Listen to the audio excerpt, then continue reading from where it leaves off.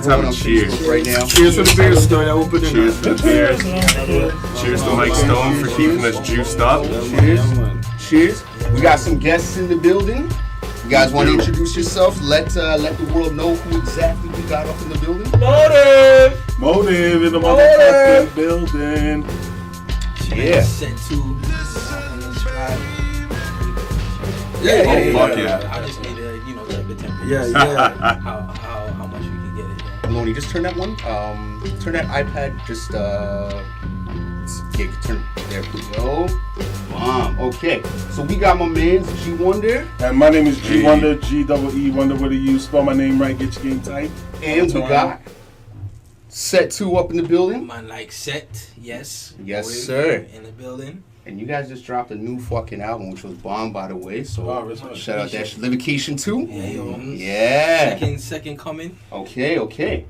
That's what's up right there. Yo, Dustin, pull your mic up a little closer if you can. There you go. Yeah, perfect. Okay, and just now you sound beautiful. Give me a slight tilt, just a little bit to Which the left? left. A little bit to the left. Your left or my left? My left. So there we go.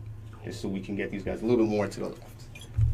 To the left. A bit more. So like a lot to the left. Yeah. Right. Like that? Yeah, we're trying to get these guys on camera. Proper angle.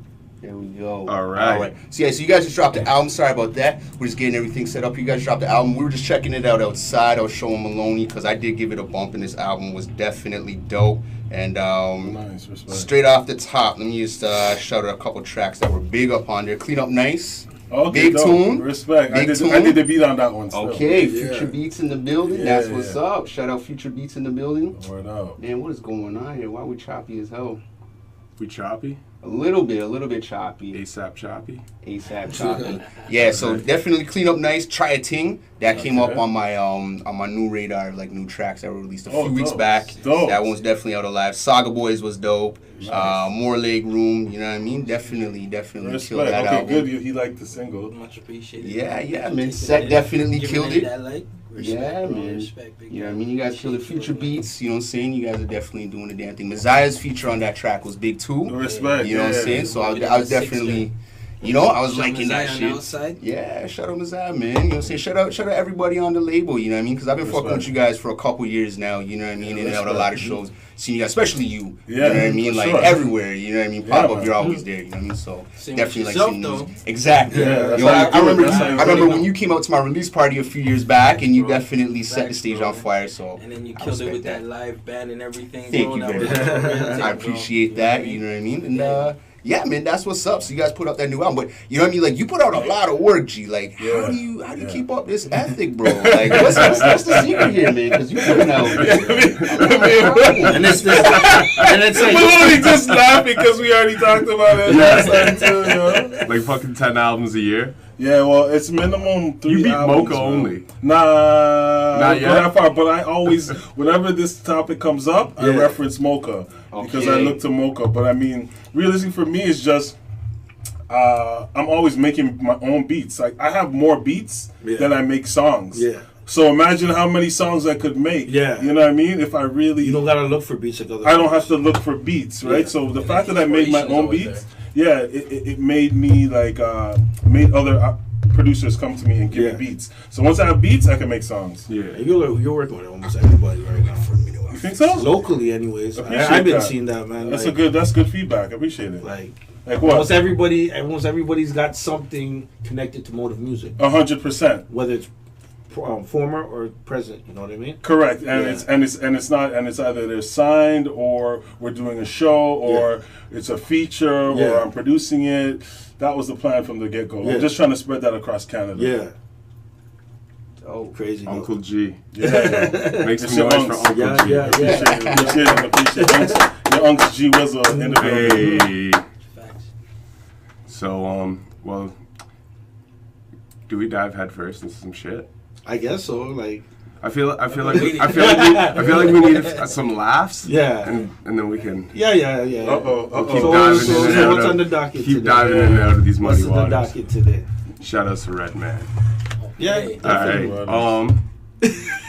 That was a random shout out. Where the fuck the Redman shout out? I said we're swimming in the muddy water. Okay, I got you. Yeah. Sorry, I'm working on the tech stuff over here. Just like Actually, make some noise for Muddy Waters. Is number 2 coming or? Yeah, supposed to be coming soon. That's his next. So yeah, I'm looking forward to that. Me too. Redman's one of those artists who like is just absolutely consistent throughout All his the whole time. career. Oh, Like he's never put out an album that's whack. It's Like true. no.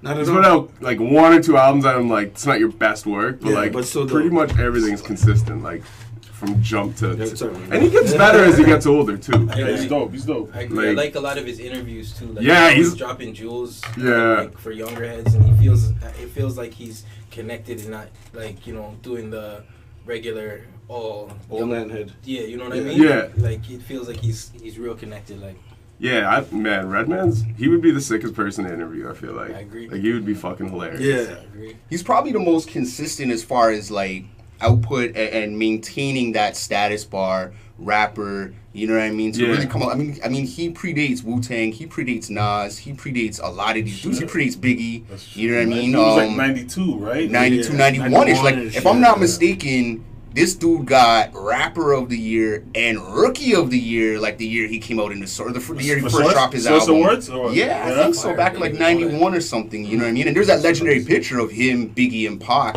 and you can kind of like see early Redman that like Biggie and Pac both took a little bit stylistically from as far as the weed head, the bandanas, the wildness, you know what I mean? Like he was that dude. The tissue in the nose. Tissue in the nose. Yo, he had those sinus issues. Yeah. He told that story. He had like Yeah. bad sinus issues when that was going on. That's so. hilarious. Yeah, man. Shout out I used to just Redman. think he was a cokehead. I was like, hey, he's proud of it. Cool. Yeah. You know what I mean? Just live your truth. Like Marcella Zoya. Oh, you really want to get to the shits. Just live your truth. That's, yeah. No, I'm not gonna say anything Coca-Cola, disrespectful right? 'cause Coca-Cola, right? Well, I'm waiting for that interview, so It's all about Coca-Cola. you know, Coca-Cola. You saw the video, though, right? You saw it, that right? girl. Yeah. The man was like, yeah, let's do some cocaine. And she's like, no, Coca-Cola. You're gonna ruin my life. So the fact that I didn't get it is because you said the real name, but then you started referencing. We're talking about the chair Chair girl. Yeah. Chair girl. Oh, that's who you. People don't like chair girl. Yeah. I'm not gonna throw no That's shade. Maloney's I like We waiting Chair for that Girl. interview. Yeah. I'm sorry. People get mad at me for promoting Chair Girl. I'm not promoting her. I'm just reposting what's already posted. She's already been promoted. Exactly. What else can you do now? Yeah, nothing. All combo is promo, man. That's it. At this point, We're right? promoting her right now. Yo, follow her on Instagram. Matt. She's setting herself up so if she beats these charges, she got like a media career. Well, that's what I was saying Right? earlier. I was Like- saying that to a dude They fucking for yesterday. school and shit. I was like, you could be taking this opportunity right now and becoming a celebrity with it. But I feel like she's not using what she has at her disposal right now properly. You know who's a loser in that whole situation? IKEA, bro. I didn't even shout it out. She didn't even Yo. come to the camera, bro. I guarantee you that was in IKEA. Put it together. Yo. In a 5-minute. Imagine they like blurred Oh, the chair man. out when she posted the video. You know how like they used to blur the brands out that Yeah. didn't pay for sponsors? Yeah, she They picked it blurred up the and then chair. blurred, like, no, Wow. no promo for you. No IKEA. You know what's crazy? A lot of chicks are mad because of what happened. Shout Yeah. out Stacey general? Grizzle. But But a lot of you chicks are remember- just mad at her because she looks Yeah. like But the thing is, you remember that Literally. dude that looked like a model that was a criminal, and all these Yes. girls were Yeah. going and eyeing about. wasn't he a murderer or some shit? And I don't know. He got I don't know, man. He But just that's had, what like, he had ended green up. eyes or Yeah, something. he ended up becoming a model and shit. Yeah, after that. like, he fully got it's a career out of you're that. hating on this girl for throwing a chair, even though it's stupid. This guy's a criminal, and you're on and eyeing about him. Yeah. Keep the same energy, man. Hey, keep the same energy. Make some fucking noise. And for anybody out there who's pretty, boy or girl, you know, if you're naturally pretty, just commit some crimes and you got a career set for you. But this is the truth of all truths. Yeah. Like anytime it's like people use their looks to get ahead with Yeah. anything. Oh, yeah. You know what I mean? Like they just put a vampire glimmer on and you're done for. Yeah. Hey, shout out to the vampires. Easy. What do you think it is about us as people that just easy. makes us, like, put all guards down when somebody is attractive? It makes you weak. That's where that whole. That's Like, where that even whole though thing- we know that makes it, like, we're like that sucker shit, but then Yeah. Man, But you wanna still know fall what it victim is? to it. You Yeah, want to know because- what it is?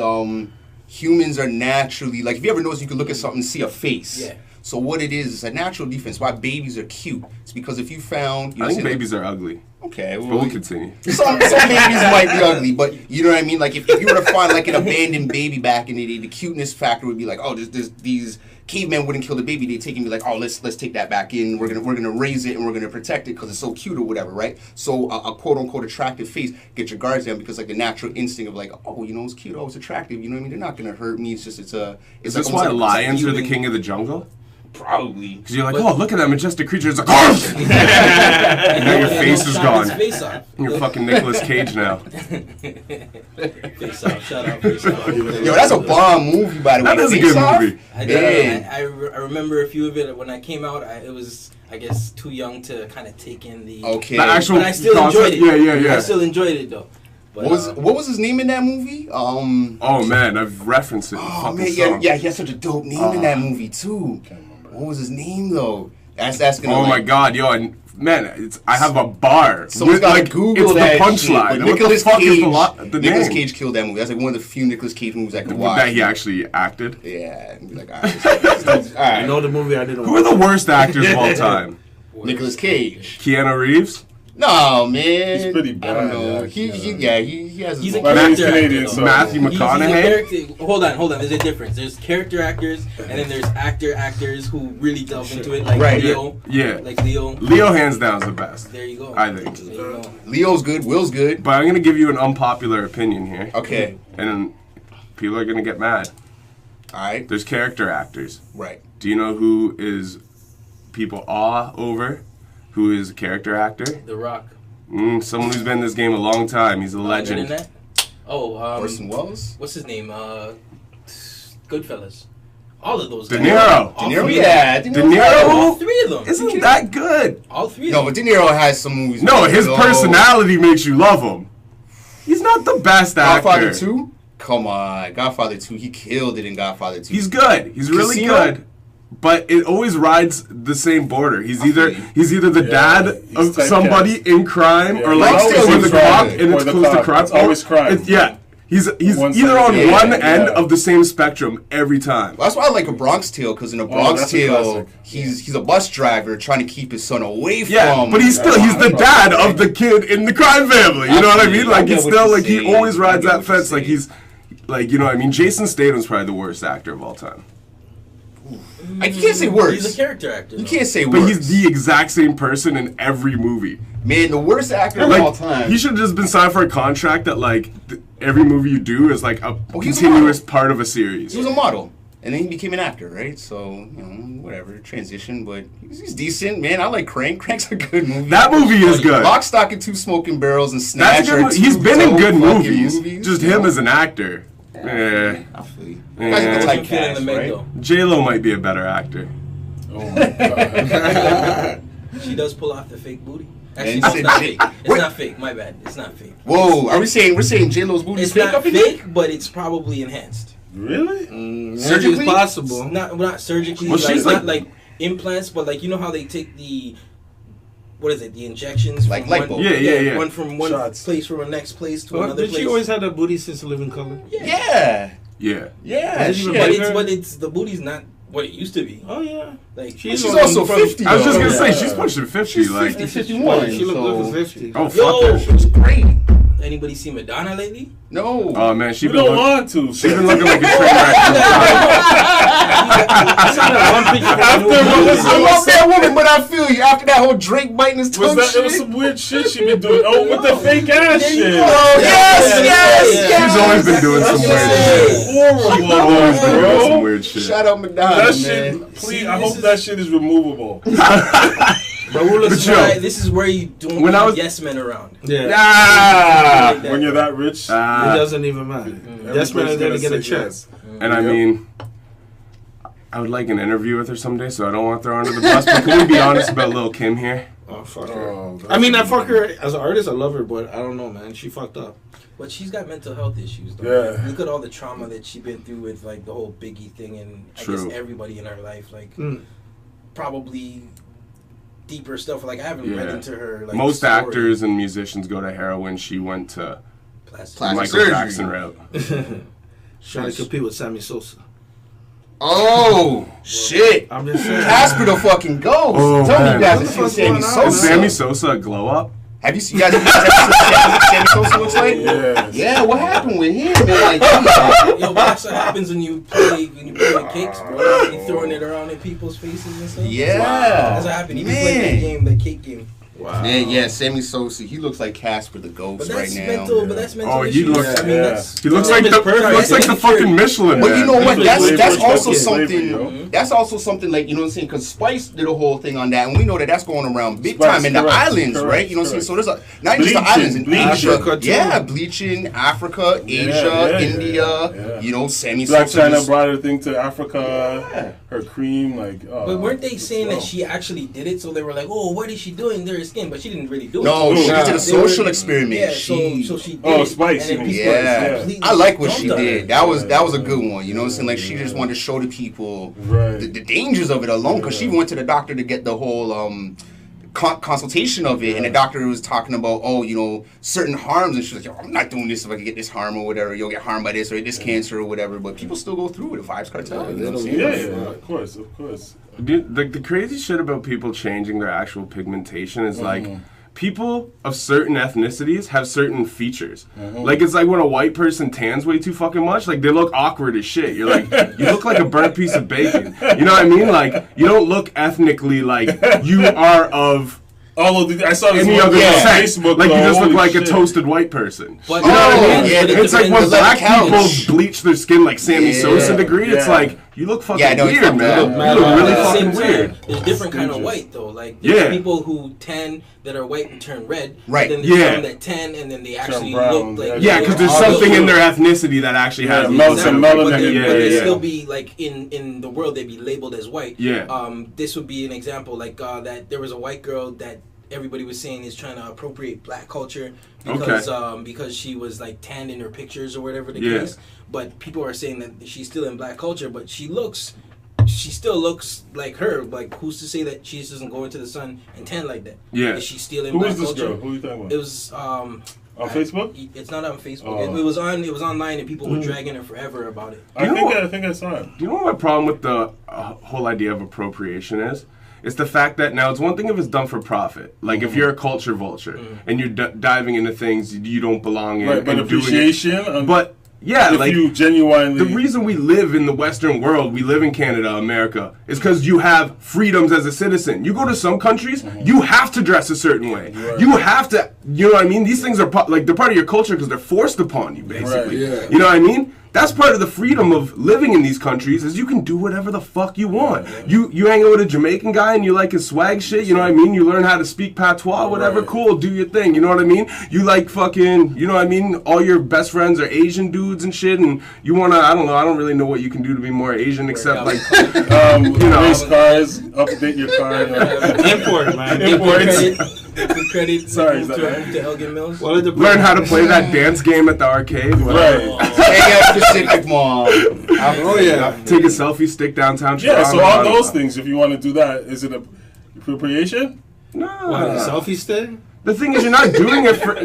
That one was a joke. But you know what I mean? But it's like, none of this shit is out of, like, intent to make profit or to appropriate anything. Right. You're just doing something because you like it. Yeah, the problem... I don't want to get too deep in this fucking conversation because I can, but...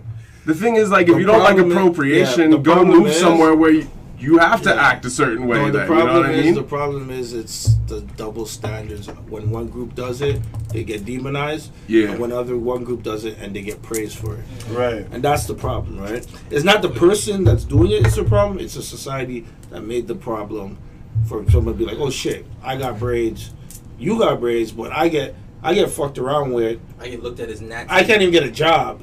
Right. Because of it. Or get fired, it's cool. That's the problem. It's not the person. It's this media and the society that's like saying what is and what isn't cool. I got dreads. You automatically assume I sell weed. To play devil's advocate here, a white guy with dreads has like a 10% chance getting the job over the guy who comes in wearing a suit and a fucking... Of course. You know what I mean? The thing is, right? White people are not...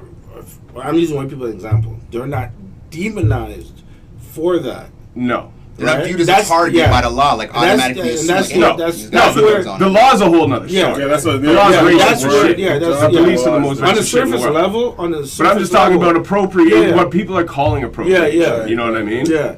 that like a lot of it is just you like something. You know that's what I'm saying. No. There's appropriation. That the general intent is to praise the culture that you're appropriating. But if you are or not, that's the fine line. We don't know. Right. You know what I mean? Like technically, on the outside don't know. Yeah. Growing up in my small town, I went to grade school. I was the only kid in grade 8 that wore FUBU. You know what I mean? Technically, I was appropriating. That's not. But I was just doing what I was. That's not culture. I don't know. That isn't. It's a slippery slope. I don't know. It is to a degree. I see who's the one white dude that had dreads and everyone was calling him appropriating, or it was a girl, some white celebrity girl did dreads for something, and really? Everyone was calling her appropriating. I think it was like Kim K or something. They did the or cornrows or something. They did the boxer braids. They called it boxer braids, but it's cornrows. Yeah, and they called it boxer braids, or I don't know if they called it, but I know that's what the magazines started picking it up. And they're like, "Oh, the new hot trend boxer braids," and it's like, at the same time, when they get in trouble for it. But that's the media appropriate. No,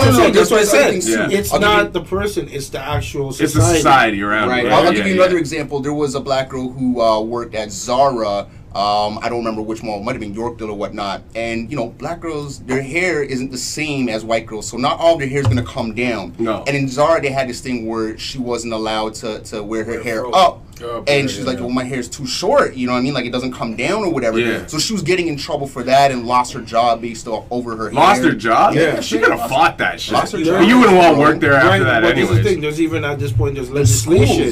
You have to legislate that people can actually have their hair in natural state. Right. Like there's laws now in place so that people can actually. That's where it gets. Yeah. That's just nuts. That's the problem with it. That's nuts. Yeah. So it's not the white person's fault for doing it. Right. It's the society around it. Yeah. Right. Yeah. So it's just simple things like that, like and this. And then we get into Halloween though. Halloween's a whole different next story. Halloween definitely is. And nothing wrong with dressing up as anything, but when you dress up like a Pocahontas or whatever, native thing or whatever, and it's like, you know what happened to these people. And they're still around. And if you're really praising their culture, what do you do after Halloween? Yeah, but Halloween's a different thing. No, listen. Pocahontas was your favorite movie. Listen to what I'm saying. But listen to what I'm saying. You might not even know she was supposed to be native. But even that movie is also appropriation because that movie is not even accurate to the actual tale. What I'm saying is that movie's appropriation. Yeah, the movie. Yeah. Right, and it's not that person's fault. The problem is again, you know what happened to the natives. Outside of Halloween, you don't give a fuck about them. Oh man! But you're saying you're praising them. Well, during Halloween's a time when it's not even just. It's more mocking. If anything, you're mocking vampires. You're mocking. So it's not. I was Flavor Flav one year. All right, now let's do a test. As long as you don't do blackface. Hold on, I was just gonna say, who in the room thinks I did blackface? Put up your hands. I don't know. I don't think he thinks I did blackface. I don't think you were brave enough to do black. I did not do blackface, but I did learn how to do a mean. Yeah, boy. I know you wouldn't do blackface because I know you. Fuck no. I know you. Without a clock around my neck. And that's the difference. Like we're talking about cultural appropriation, for example. Like from the moment I met you, I could tell that you absolutely love hip hop, but you weren't doing this in a way where come 35, 40, you're gonna abandon it, all of a sudden put on khakis and a button-down shirt and forget that aspect of your life. I've said a few times on the show, the biggest representation of hip hop I've ever met in my lifetime is Shane L.S. Dennis. Yeah. You know what I'm saying? Like in my opinion, the Unity. Hell yeah. He's the biggest. In my opinion, he is hip. It's crazy that I know his name. Because he is his entire community. He puts his all into his community. He's not just I'm a rapper. He's the worth of his community. You know what I'm saying? You remove him from that community's got some problems. Yeah, you know what I'm saying? Like his soul is that community, and that's what hip hop is. So someone could completely give their soul to something. You could tell, and you could tell when someone's just doing something, they're faking the funk. You know what I mean? And that's appropriation. When someone's faking the funk, that's one thing you just said actually made me kind of come to a realization. But you know how everybody talks about all these different changes in hip hop and the years and stuff and how it's going certain directions. But do you know what the biggest loss I think really to hip hop has been that really has affected it? It's the fact of what you just said. And it's most people are hip hop for self. Yeah. There's very few people that are hip hop for community. Right. Absolutely. Absolutely. Even like myself, I'm like hip hop for self. You know what I mean? Like I love hip hop and stuff. But like you do so much for the community without even knowing. Like you're doing this for self. I do the media, you know. All the media stuff you're doing, whether you know it or not, it's for community. Well, because it comes from a place of love. You know what I mean? But it's like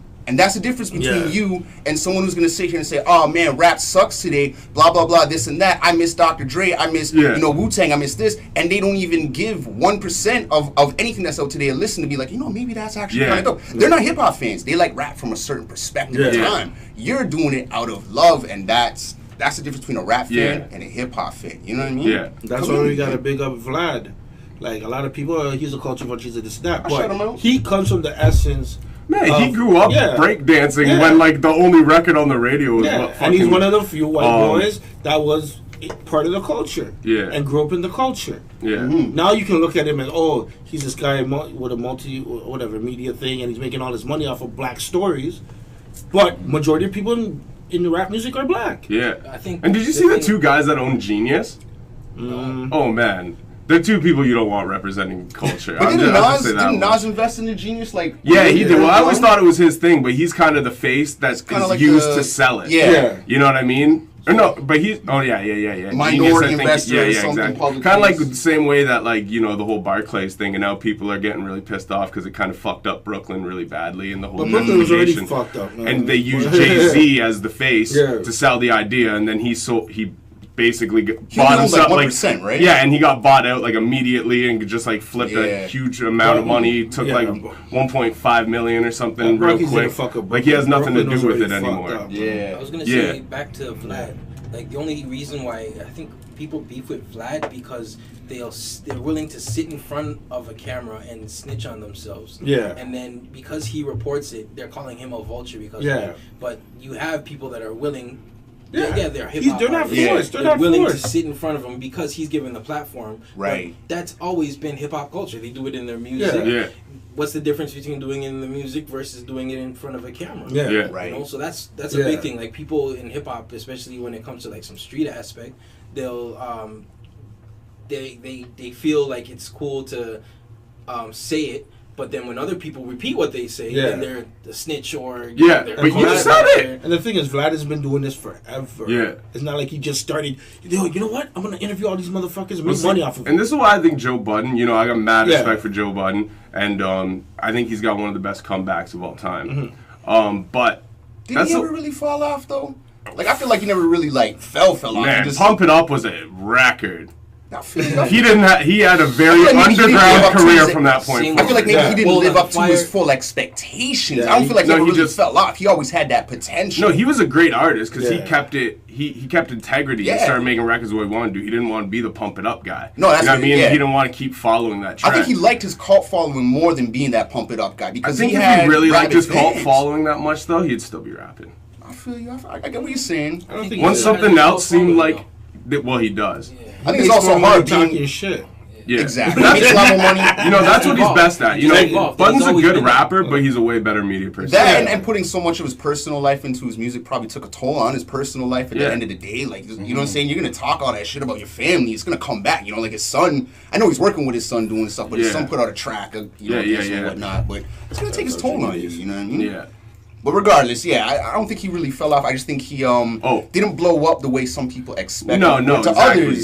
To others, I mean, but you can remember in the 2000s, like if someone brought up Joe Budden's name, you're like, oh, like immediately the thought in your head was washed. Like, you know what I mean? Like, up until like Slaughterhouse, basically, it was like Joe Budden was washed. Like, I don't know. Unless you followed him, he was washed. I'd say he was sick. He was still on the I'm talking from the but I'm talking from the perspective of the average artist fan. I think the average, not even fan, just the average consumer. Yeah. I think what Joe Budden's did that he doesn't get the credit for is he kind of ushered in the whole emo rap shit. Yeah. Aside from Eminem, you know what I mean? If he did more so, you know what I mean? And that's where he really got his call from. This guy's putting out 10-minute songs where he's smoking cigarettes, come take a walk with me and all this shit. And you're listening, you're like, yo, man, this guy got a lot going on in his fucking life. What the fuck? You know what I mean? Every song is like that. You know what I'm saying? Mood music. And what it became was like, okay, you don't have to be a gangster. You can be a regular ass dude who'll still throw down if you have to. You can be a regular ass dude with some real ass fucking problems and put that shit out, and people will respect that. And I think he doesn't get the credit for kind of being that regular ass dude that made it. He kind of ushered in this like internet hip hop media. He kind of did that as well, right? So he's actually an innovator a lot. Yeah, I remember Joe Budden TV. He did the show on Hot 97 or whatever, early on in his career. Like, first hip hop rapper to really be a media personality even too. Like, you know what I mean? Before. So he deserves a lot of credit for, for he's actually like, no, and that's what I'm saying. Like, I don't discredit him as an artist. When I was saying he was washed, I mean, talking from a general perspective. You know what I mean? His name is not the first name. If you followed him, you fucked with him. You know what I mean? But like, that's 100% he was doing shows in Hamilton at like a 200 capacity. You know what I mean? And it probably wasn't full. You know what I mean? Shit like that. Like, no disrespect. But that's what I'm saying. It's like, and this is why he was washed from a general perspective. You know what's crazy though, and this is why I love hip hop. Wait, about a year. Hold on, let me just finish. About a year before it really blew up. Nori was doing across, your Drunk Uncle tour. Yeah. You know what I'm saying? And it was decent. And then he bailed out. Obviously he bailed out, but then Drink Champs blows up to the biggest motherfucker show. I guarantee you, no one could book that tour again. You know what I'm saying? For the amount of money they booked at that time, they got paid probably 10 times Drink what they Champs paid to come to 3 years Toronto. ago. Yeah. I would love a Drink That'd Champs. be dope. But I feel like it's only like people who are cool with people are allowed there. Like, you know what I mean? Like, I don't think they sell tickets. Like, they're in those rooms, and then, there's like 50 people off camera who all like... G Wunder being there while we texting, like, yo, did you get a sit, homie? Hey, get me in. Yeah. Or there should be... We could... I'm not saying we should be a version of Drink Champs. I don't want to be a version of anything. Nah. But, cheers. We're just us. On that note, cheers. What's the phrase? Cheers. Not unapologetic. You say it. You got it. The unapologetic. You haven't said that in a minute. You ain't said it in a minute. It was the catchphrase. Yeah, not unapologetically white, not unapologetically black. We're just unapologetically us. Yeah. Make some noise. I need to crack a beer for that. But the one point I did want to make, the whole reason we brought up Joe Budden, was the fact that, like, just talking about, like, like, they call Vlad this and that for taking things. And, through all the growth Budden's had, I think he's crazy immature, and I think because it's so personal, but the fact that he hates Vlad as much as he still does over the ransom video. Oh, where he got punched? And it's not like Vlad took the camera there and filmed. Like, that shit was already online. He just reported it because it was online. And that's exactly, it's like the same shit people call him fucking Fed for today. It's like, you say some shit on IG. And Academics does the same shit, but he doesn't get those claims. Yeah. No, he does. Does he? Yeah, Nipsey got at him, a whole bunch of people. Yeah, I know Nipsey got at him. People. Yeah. The whole of Chicago. Fucking, what's the guy's name? My Zone. Whole bunch of people. My Zone don't like him. Yeah. But he's a kind of a culture vulture. He's more a culture vulture than Vlad. Yeah. 100%. How do you feel so? Because he didn't really, he came up in the culture, but he didn't. He came up off the internet. Yeah, and he never went back and learned to respect the culture from the jump. But what's respect like when the culture, though? When they talk about shit that like is just Academics is also regarded, man, like when we talk about Rakim, you just regard him as a goat, right? Yeah. You know what I mean? Most people do. Yeah. But people from a certain culture, like point of the culture and forward, a certain generation, like they don't even do the research to even know. They don't even know who he is. They've heard people say his name in interviews and shit, and it just goes over their heads because it's just some name. Like I don't know who that is. But I kind of feel he's just like a cloud chaser, man. You think so? Yeah, overall, what he chooses to report on, the angles. Like I used to watch him a lot. He's more of a culture vulture than Adam 22. Is Adam 22? No, I don't even feel like Adam 22 is, but I understand what you're saying. No, because when he interviews OGs, he actually knows about them. Yeah. And he's honest about it. That's the thing I like. He doesn't sit here and like do research on a couple points and be like, oh yeah, that like he's like, like I didn't hear you till like 95, but when I did, like this song was my shit, and like he's very just honest about it. So it's not vulture the culture. You know what I mean? But Academics just like I feel like Academics does a lot of honest perspective too. Yeah, from his perspective. But he didn't go back to learn the culture he's talking about. Like which culture are we talking about? Like, hip hop culture. So he's more into whatever's happening now. He doesn't know what happened then, and he doesn't care. When it's like he knows the facts, but he never took the time to actually fall in love with it. He just like went and like searched the footnotes. So he's like, well, I know this happened. Okay, cool. How old is he though? I don't know. That's exactly the point that you know what I mean. Like, but you can't expect. Okay, it's one thing to know the culture, right? But so if somebody grows up in a time where post 50 Cent era, if all they know is post 50 Cent, are they a culture vulture or are they ignorant for not doing the research back? I wouldn't say ignorant. I wouldn't even say so. that. Are we ignorant as hip hop fans for not going back as far as Africa Bambaataa and all that stuff? I did. I didn't. Are we? I did. I wouldn't say. I went back further than that. I went back to fucking all the jazz artists they were sampling and all the Source records and everything. Like, you're a producer, you know what I'm saying? As a producer, you're supposed to do that. You know what I mean? I don't call him a culture vulture for that. I call him a culture vulture. And as a DJ, he's supposed to do that. No, just because of the way he approaches certain stories and how, like even with the 6ix9ine situation, you know, he was on some fucked up shit. Mm-hmm. You kind of played along with it all the way until he got till the wheels fell off. He's like, okay, I gotta hop off this train. Exactly. And right. You could have said, yo, chill, but you know what I mean? Like, I told him. He said he tried. He tried. Yeah, Fat Joe did it off the bat. But hold on, he just said that he told him. He said he did. He said he told him. But he was still rolling with it though. He was still promoting it. That's the whole point. He warned him, but he was still promoting the. That's what I'm saying. But that's the problem. But real life is different than media. And then 6ix9ine. Media, you're still rolling with it. It looks like you're rolling with it. But what it looks like isn't necessarily what you do in private is what you do in private. Well, another thing is, dude goes to jail. I can be a certain way in private, and in public, I could be on some other shit. Yeah. You're gonna look at me funny. You're like, how the fuck you like me like this in public? Not if you know obviously, but you're gonna be like, yo, what the fuck's going on? Well, the thing with 6ix9ine too. On the outside, but if me and you know that we're still good. So if I disrespect you in public, and then I'm like, oh, yo, I'm sorry about that. You know, and I do it all the time. Yeah. If we have like, yo, what the fuck is going on? Here's an example of that. Yeah. How often does Budden disrespect people in their face, but he's still good with them behind the scenes? Well, he's got beat up a number of times because he's brutally honest. But at the same time, too, the same brutal honesty. I know that he's. I know Academics doesn't go outside. There you go. But like, you know what I mean. But Academics is a whole different thing. But I'm talking about like just the fact that he slips at the tongue, but he'll apologize behind the scenes, and he can still keep it moving because me and you know we're good. Yeah. Outside is what it looks like, but is our relationship strong enough to mask what it looks like on the outside?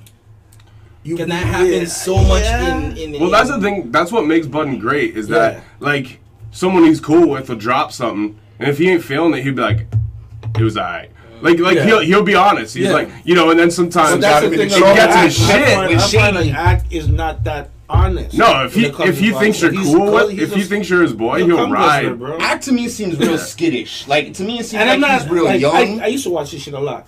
I don't pay attention anymore. He seems mad skittish and mad young to me. You know? Like he seems really awkward in interviews to me and comes across awkward across the screen. I'd rather kick it with Carcino. And you know what? Like you're right to a sense. I don't think he necessarily understands. I'm not saying understands. I don't think he really cares about the culture per se past a certain point. Yeah. But I also think he's still kind of young. And if he is in his 30s, I feel like he's a little just slightly immature. I don't know. It could just be him, whatever. That money. But at the same time, it boils down to what I said though. There's rap fans and there's hip hop fans, just like there's basketball fans and there's NBA fans. If you're just a fan of the NBA, you don't care about the Harlem Globetrotters. You don't care about Europe. You don't care about the Canadian ball. You don't care about the women's league. But if you're a ball fan, you care about all those things, right? And that's Academic same thing. He doesn't care about breakdancers. He don't care about DJs. Like he cares about getting his money online and whatever rapper he could latch onto at the moment and make that money with. You know what I'm saying? But you don't really care about a culture like that. I was thinking about earlier today, and I was thinking about earlier today, and I was hungover. So sometimes when you're hungover, you're kind of like depressed. Not depressed, but you're like. It's not a nice mood. You know what I mean? And you look at things differently than you look at it in your normal mind. What the hell am I doing? Well, no, I was like, do I want to keep rapping? I was like, I respect the craft so much, and I spend, you know what I mean? Like I'm so much time on being articulate, and I don't want to spin right now. Being dope and lyrical, and then it's just like nobody respects that anymore at all. And the culture has shifted so far to that point. It's like if you work really hard, you can build a little cult following. You know what I mean? And then luckily, get to Mercury's level, have 500,000 followers on Instagram. You know what I mean? But you know what I'm saying? If you're lucky, that's a lucky case. No, shout out to Mercury's. He did a great thing. He's from Canada. That's nuts. I don't think he would get that look if he wasn't rapping on commercial records. Do you know what I've seen today? The remix? Yeah, no. Definitely not. Yeah. But do you know what's nuts? I went on. I was like, cause shout out Snack the Ripper, friend of the show.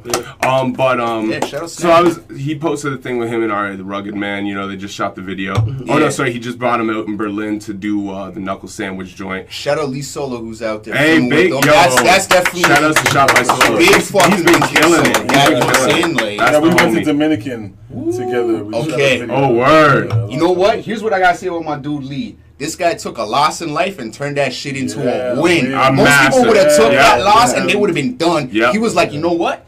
All right, I'm put it all on the line, and he turned that into a win, and I gotta salute him for that. 100%. I've never seen anybody do that. But that's brave. The thing I was gonna say though is that because we all know who Mercules is through Snack. You know what I mean? Snack was the one who set off Stomp Down, and I mean if you really think about it on an international scale, Stomp Down really got set off through that joint they did with Swollen. And then either way, but which makes sense why their beef was so personal. Yeah, exactly, because that was kind of like, you know what I mean, like Stomp Down Killers became what Bax War was, and bigger. Yeah, you know what I mean. But and no disrespect, Mad Child's a friend of the show as well too. But they're not charged to be members. Hey. You know what I'm saying? And Mercury's a friend of the show too. Yeah. But the thing I was gonna say, hey, Merc shouted us out, man. Yeah, no, I love Merc is. Merc actually responded to us. I know because of the way I word things. Sometimes people think differently. No, I really actually like Mercury's a lot, and he's a super cool dude. But the thing I was gonna say is like Snack. You look at him on IG, he got like 90,000 followers. Because when I went on his page, I'm like, oh, that kind of seems light for Snack. I'm like, I wonder what Merc's sitting at, like 450,000. I'm like, holy shit! Like he almost like did what Drake did to Lil Wayne. Yeah. I get what you're saying. I think definitely a lot of that does stem from the fact what G was saying. He's out here doing so many of these remixes. He's getting a lot more attention on YouTube. Do you know the thing? Internationally, I wonder though. Then Snack would be. Why don't any of these get flags? Probably because he's an official artist. Maybe and he's an industry plant. No. I think probably because he's. Hey, I'm just saying. Maybe devil's advocate here. He must get some sort of permission. No, I don't think so. I think if it, because think about it, like the Ed Sheeran one. Yeah. I'm pretty sure the first time Merc hit 1 million was on the Ed Sheeran remix. Yeah. So how, like, you know what I mean? Like, yeah. Was the rules different? A lot of people get copyright on shit like that, but like he's just been allowed to seamlessly come out here and remix. But I'm sure he doesn't get the revenue money. Yeah, right. But I just like. Yeah, that's a good question. You're like 3 of those strikes. Your YouTube's hacked. He's in here. I mean, like he's in town next week, right? Yeah, I think so. Right. Shout out to Mercules. I want to get you. I want to interview you again, Mike. Better hit him up. You were saying something else though about wanting to quit. How did you get to Mercules from that? Just looking at shit, man. Like, you know, just listening. I think I was listening to some Everyday Struggle and just hearing the shit they're talking about. Yeah. And I seen a few articles that I read today and stuff. And then I just seen like certain artists who were getting like a lot of love. You know what I mean? Even like locally and stuff. Like the dudes who are getting 300,000 hits and stuff and listening to the music. And I'm like, I can't even connect with this at all. Like, I love hip-hop culture for everything it is, in all forms, and I'm like, and I can't even get with this. So that's how far gone it is from the thing I fell in love in. It changes fast, though, bro. That's the thing. It's a fast I felt how you felt. I felt that, too. But what changes my mind is listening to my music and hearing how dope I am. And you feel that same way when you ride around. I think the importance is you feel that same way when you ride around. You feel that same way. You gotta stay in your lane. Like when you get to a certain level of your career, you know yourself. You know what you're going to accomplish or what you feel is an accomplishment, and you stay in your lane. As long as you stay in your lane and you keep at it, there's nothing to stop you from getting to where you want to go. It's just time. See, and I agree. And the thing is with me, I have the confidence in my music. The thing is, the amount of work it takes to push that for that cult following and stuff, like, I'm going to get there 20 times faster doing this media shit. Of course. Because I'm so much better. And Chris Jackson said it to me a year ago, or a year and a half ago, when he was like, man, he's like, because, you know, he's always showed me respect as a rapper and shit since I moved here. But he's like, dude, like, the media thing, like, he's like, you're so good at it. He's like, I honestly wouldn't even focus on rapping anymore. And I got like offended. And then I'm like playing them like old joints for like 2 hours. I'm like, yo, listen to this verse. You know what I mean? Like rapping his face and shit. He's like, I'm not saying you're not dope. I'm not saying you're not dope. But what I'm saying is it's so oversaturated. And he's like, and your knowledge of the culture and just your personality and stuff, he's like, you're so much better at media. He's like, I just see you. So that's what I did for the last year and a half. I've been focusing on the media and not the rapping. And literally the Breaking Records radio page has shown like 50% growth growth. You know what I mean? Like all this shit. Like it's. I rapped for 10 years. I got 400 followers on fucking YouTube. You know what I mean? I fucking did media for took media serious for a year and a half and got like 1,005. You know what I mean? It's like the growth works, man. You know what I mean? Yeah, that's true too. So I can see why people do switch up. Like no matter how much they love the music, when they get a certain point, because it's like.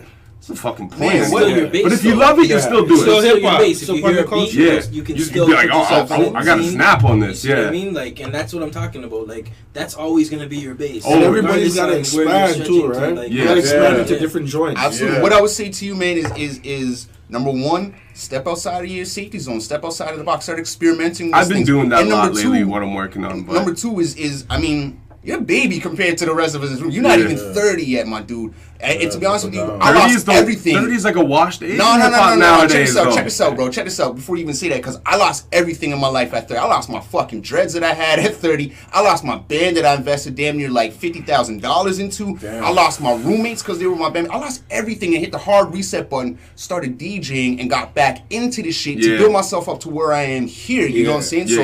And you know what I mean? If none of that happened, I wouldn't be where I'm at today. You know what I'm saying? I wouldn't be as satisfied with life. But maybe what you just said, you know what I'm saying, is my journey.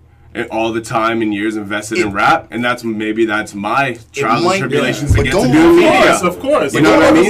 That could be my rebrand. You know what I mean? Don't look at your age as a detriment. Just look at wherever you're at is like, hey man, this is where I'm at. That's exactly. It takes the time to get to that. To get that mind state though. Well, you know what? The crazy thing is, I feel that way in life. Everything I do in life, I don't care about age. When people have a birthday, they're like, oh, I'm turning 28. I feel old. Like my girl, when she just had her birthday, I won't say how old she turned because you never talk about a girl. But when she turned the age, she was like, oh, you know, like upset. I'm like, yo, like age is all in your head. Like none of this shit is perspective. Like, you know what I mean? Like, I'll still go out and tip a cow. I'll go fucking throw a water balloon at a stranger. I don't give a fuck. I'll do like listen. I'm a grown ass kid. You know what I mean? I'll always be me. That's cool. Age ain't shit right now. But rap is the only place I feel different about it. In the last current years, I went to OVO Fest 2 years ago and I cried. Yeah. Everyone in the crowd is cheering and I'm crying. Why? Because I'm like, this is what hip hop is now. It was that bad? Who's before? Okay, well, all the special guests aside from Nelly, it was Cardi B. Back just when Bodak just hit. French, which I love that one French record, but I'm just saying Migos. But it was the way that all these it was music I appreciate, right? Yeah. Like I like all these artists and I like songs from them all. Man. But it was the way that you just directly seen that certain values in the culture didn't matter anymore, and there was a whole new wave that everyone fucked with. But that being said, and you're like, whoa. And if you don't fashionably feel something about something, you can't create it. I can't sit here and listen to fucking these records for a month to get in the zone, even if I fuck with it. But that being said, and then be passionate about making it. But that being said, you know if you really look at who in the last couple years, specifically 2018, 2019, have been the most impactful rappers, it's been a J. Cole. Yeah. It's been a Royce the 5'9". It's been a Nipsey Hussle. It's been a Jay-Z. You know what I'm saying? So Nipsey it's going because he passed. But regardless. And Royce I wouldn't necessarily put in that category. Regardless of you know what I'm saying, what it is, like everything moves in cycles. So this mumble shit, it's just like fucking the mumble shit's kind of dead. Man, that's what I'm saying. But just like the auto tune stuff, it's almost like so what's happening too? It's evolving into its own thing. It's kind of dope. But the point I'm trying to make is it's almost like jazz. It's a jazz of hip hop. It's scat. It's not going nowhere, and neither is trap, bro. It's just changing. And neither is boom bap, but boom bap is coming back. You know what I'm saying? Boom bap is not going nowhere, but trap is hot right now. That's another thing Chris Jackson said years ago that I've always held dearly, that I think was very important. But he's like, man, everything goes in cycles. He's like, that's why as an artist you always have to stay in your lane, do your thing, don't try to mold with the times, because by the time you catch up to the times, they've already moved on. Like, stay in your lane, do your thing, and lyricism will come back. Everything will always come back. Did it go anywhere? No, I don't think so. It's just not mainstream like Correct. that. And that's the whole point. But is it really not mainstream though? Because we know as much as everybody wants to say Drake doesn't rap like that, he's got the bars. No, but here's why Drake is nice, but you don't hear the bars in the music. He's why Drake is not anymore. Not anymore. Agreed. Not anymore. Before he did. But if you take in the album, not really. He's got bars. Like lyrically on Scorpion. Bar-wise, the best song is about as good as like bars, medium grade, mediocre song on pretty much if you're reading this or anything before. Don't ever stop. That's not a bar. That's not a bar. Flow. Check this out though. Hip hop has always been yin and yang. It's always either been lyrics or melody. The reason why Drake is as successful as he has is because he smashes the lyrics together with the fucking melody. As we're talking, that's what made him big. Now he just rides the melody. But that's Drake now rides the melody. Drake, when he came out, did the melody with the bars. Yeah. But regardless of bars or melody or both, or you don't need bars to make a great song. You don't need a melody to make a great song. You just need to make a great song. That's exactly. Mike Stoan. Exactly. Mike Stoan. But sometimes it's just a word. That's all I flavor at the moment. But that right there, that's pop music. Not even. Well, hip hop is pop music now because it is the most popular genre in the world. So it is the pop music of today. Yeah. But that's the difference. You know what I mean? In the '90s, shit you wouldn't get a pass for can be a hit record now. Yeah. But that's because there isn't a standard of hip hop now because you're making pop music. You're looking at hip hop from a pop music perspective. That's the thing. The first part you said again was in the '90s. The stuff that wouldn't pass in the '90s would have been pop. Yeah, would have been pop. Technically. Exactly. Baby, you see the stuff that wouldn't pop in hip hop culture. I love that fucking song. Popped in mainstream. Oh yeah. Hell yeah. That's what that trend led to where we're today. Yeah. So there's always the pop aspect of it. Like I've always said, man, there's that 1%, which is what is shown. And if you want your gems and your jewels, you just gotta dig from like the first big record of all time. One of the greatest groups of all time, DITC, digging in the crates. That's what you gotta do if you want to find that stuff. Because the dude that got 1 million plays versus the dude that got 1,000 plays, the dude with 1 million plays might not be better. But public opinion is going to be that he's better based on numbers alone. And that's how it's always been with hip-hop. Give those dudes a chance if they don't have as many views as this guy. And you might be surprised what you hear. You might find that shit that that's the problem with it wasn't like culture. That. It wasn't like that back in the day. It was more like, yo, I heard this song that nobody else knows is ill. It was cool to know when it was nobody knew it. Yes. That's one reason I became such a hip-hop. That's the difference. My brother was 12 years older than me, and he was into hip-hop. That's how I got into it, going through a CD book. I'm like 6 years old. I'm like, what the fuck is a misdemeanor? What the fuck does this mean? What is Karanic? What is a Dr. Dre? What is this? It was so weird to me. I'm used to Tragically Hip and the Rolling Stones, and you know what I mean. I'm used to fucking shit or one white person's name, like Kenny Rogers. You know what I mean? I'm like, what the fuck is this shit? This shit is nuts. So I'm just trying to understand it. You know what I mean? But so growing up, I'm always like trying to school my brother who's 12 years older than me. I'm like, next time I see my bro, because our relationship's weird. We see each other. Especially when you're that far. Certain points I'd see him like once a month, twice a month, you know, and as to this point I haven't seen him like 5 years. You know what I mean? But growing up, I was always, the next time I see my brother, I'll be playing like Ghetto Boys fucking Still or something, you know what I mean? He gonna be like, the fuck? You know this joint? Or he might not even know it, because he might have stopped listening to him at this point. You know what I mean? It's like, I was always like in a race with a dude who's 12 years older than me who watched hip-hop, and I had to play catch-up. You know what I mean? More organically in tune. But because it was cool to know shit other people didn't know. That's what it boils down to. In high school, I was the dude people paid to make mix CDs, because I knew all the shit they didn't know. You know what I mean? Like, but now everybody has access to everything. Yeah. But even though now it's a trend. It's still, there's whatever's making the most noise. Exactly. And people tend to be like, okay, just because this is making the most noise, this is what the culture is. Yeah. It's not even the case. I find now, because I'm not going to say where, but at certain places where I play at, and kids will hit me up and they're like, yo, you know, and I'm like, who the fuck are you talking about? Yeah. But then I hear the song and I go, this song's dope. Because they're more in tune. They're more in tune to, because of YouTube. Yeah. They have more access now, so they spend all the time looking at all types of shit that I wouldn't even give a fuck to pay attention to. Mm-hmm. So there's going to be those kids that are going to discover the old school stuff a lot earlier than they should have. You know what I mean? Yeah. I mean, like I said before in the show, a lot of people complain, but the bottom line is there's more great hip hop that's going to be released after this podcast even airs than before this thing was there. It's just a matter of finding, and it's going to be free.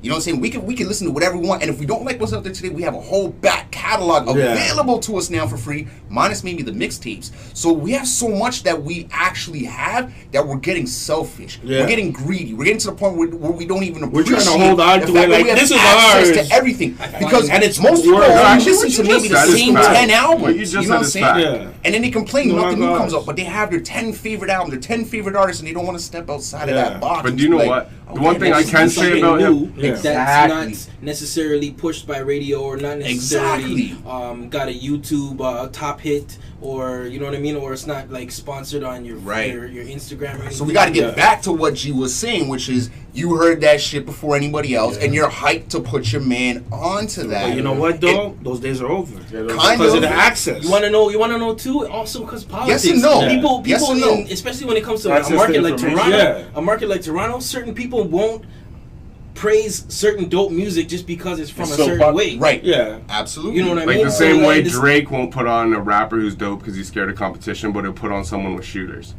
Not necessarily. He always does that. Who's the dopest rapper that Drake has co-signed? Oof. Baka? No, the dopest rapper. Co-signed which era? Roy Woods? I'm talking about in his popular era. We're talking from Toronto? Yeah. Oh, from Toronto. Yeah. Roy Woods? No. Roy Woods ain't even a rapper, and he's not. This is I can't say. I don't know what the answer is. I'll wait. It's not disrespect, but I'm just saying you co-sign a lot of trash rappers. That's true. Yeah, but they got shooters. Well, back in the day, it was a different story when they just shout out everybody because those are the people that were running the scene before he was able to take it over. Right. But it's not a knock to him. Do whatever you're doing. Yeah. But why can't you co-sign a dope rapper from Toronto? All right, let me ask a question. You know what I'm saying? Let me ask a question. Because I think I asked you the question online, or I might have said it to you, and we kind of got into a little thing. You know what I'm saying? A lot of people right now are saying Drake is potentially the biggest rapper of all time. Yeah. Now, agreed. Okay, you say you agree. He's at a point where I think he might be bigger than Eminem. Let me ask you this, though. Let me ask you this. And Eminem was the Elvis. Because I had an epiphany, and I was like, damn, this dude, realistically, is probably the biggest rapper of all time. And a lot of people don't give him his just dues. I'm not talking about Drake, I'm talking about Will Smith. Now, if you think about what the most popular, what the number one rap song worldwide known is, Fresh Prince of Bel-Air theme song alone. It doesn't matter. He doesn't have as much hits as Drake.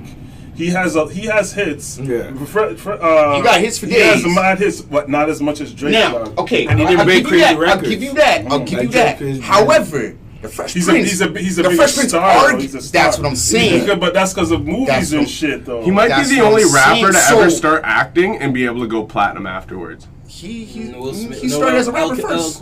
I don't think LL went platinum after acting. Yes, he did. Oh yeah, he did. The Phenomenon album must have done well. Phenomenon. What did he do? Great Blue Sea before that? Man, he was doing like toys with Robin Williams. He was doing that movie with Michael J. Fox back in the day. Like as Mama said leading roles. Not like just like you're the guy in the movie. Like MC Shan was the guy in the movie. Whatever, the movie with Al Pacino, man. He wasn't leading, but he was one of the leading roles. Deep Blue Sea was probably his first leading role, right? But what I'm saying is like, even though Drake is big, like you said, Will's probably the biggest. Deep cover. Drake's career. Was that well? You know what I'm saying? Like Will, his career hasn't eclipsed Will Smith's career yet. What's the one? I don't think anybody in the history of hip hop or rap's in career has overall. So that's what I'm saying. Drake might be. No, we're talking about music only, though.